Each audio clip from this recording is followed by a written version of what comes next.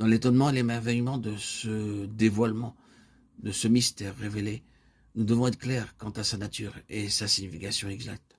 Pour ce faire, nous devons mettre le doigt sur des expressions clés qui l'incarnent et le définissent avec précision. Nous avons trouvé la déclaration qui indique l'issue finale et parfaite. Elle se trouve dans Éphésiens 1, verset 10. Pouvons-nous trouver dans cette même épître une expression qui introduit ce but dans l'histoire, c'est-à-dire l'opération conduisant à ce but? Je pense que nous le pouvons.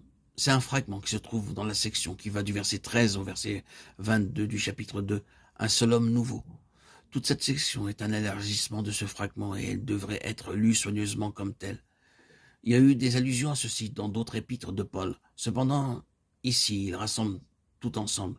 Et non seulement il en est ainsi, mais comme nous l'espérions, si sa pensée était en train de parcourir les âges et le secret caché en eux, toute la Bible y est comprise. Quant aux autres allusions, nous avons des exemples classiques et impressionnants comme Romains 5, du verset 12 au verset 19. Ici, les deux souches génériques et raciales sont mises en face l'une de l'autre. Le seul homme Adam et le seul homme Christ. Et le contexte montre ce que chacun représente. Un autre exemple formidable se trouve dans ce chapitre qui projette une lumière étonnante. 1 Corinthiens 15, c'est au verset 45. Le premier homme Adam devint une âme vivante. Le dernier Adam est devenu un esprit vivifiant. Voyez le contexte immédiat. Dans Éphésiens, l'apôtre fait premièrement référence à la personne de Christ et puis passe à un seul homme nouveau, corporatif. Dans un passage antérieur, les deux aspects ont été mentionnés.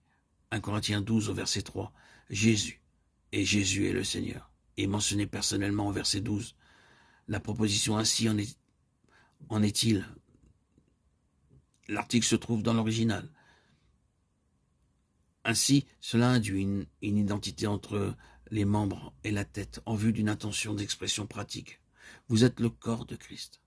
L'union se fait par un seul esprit sur la tête et les membres. Ainsi en est-il de Christ. Si c'est dans les Éphésiens que ce seul homme nouveau est pleinement révélé. Si c'est le mystère caché de tout temps et dans tous les âges, quoique toujours existant, nous pouvons maintenant voir à la lumière de la révélation comment ceci a été la pensée maîtresse à travers toute la Bible, à savoir l'humanité selon Christ. Au commencement, Dieu a dit, faisons l'homme. L'homme, le psalmiste s'est écrié, qu'est-ce que l'homme? L'homme. Dans l'incarnation, la désignation favorite de Christ à propos de lui-même était le Fils de l'homme. Dans la rédemption, il y a un seul médiateur entre Dieu et les hommes, Jésus-Christ, homme, 1 Timothée 2,5. Dans la reconstitution, il y a le modèle, le second homme, 1 Corinthiens 15, 47.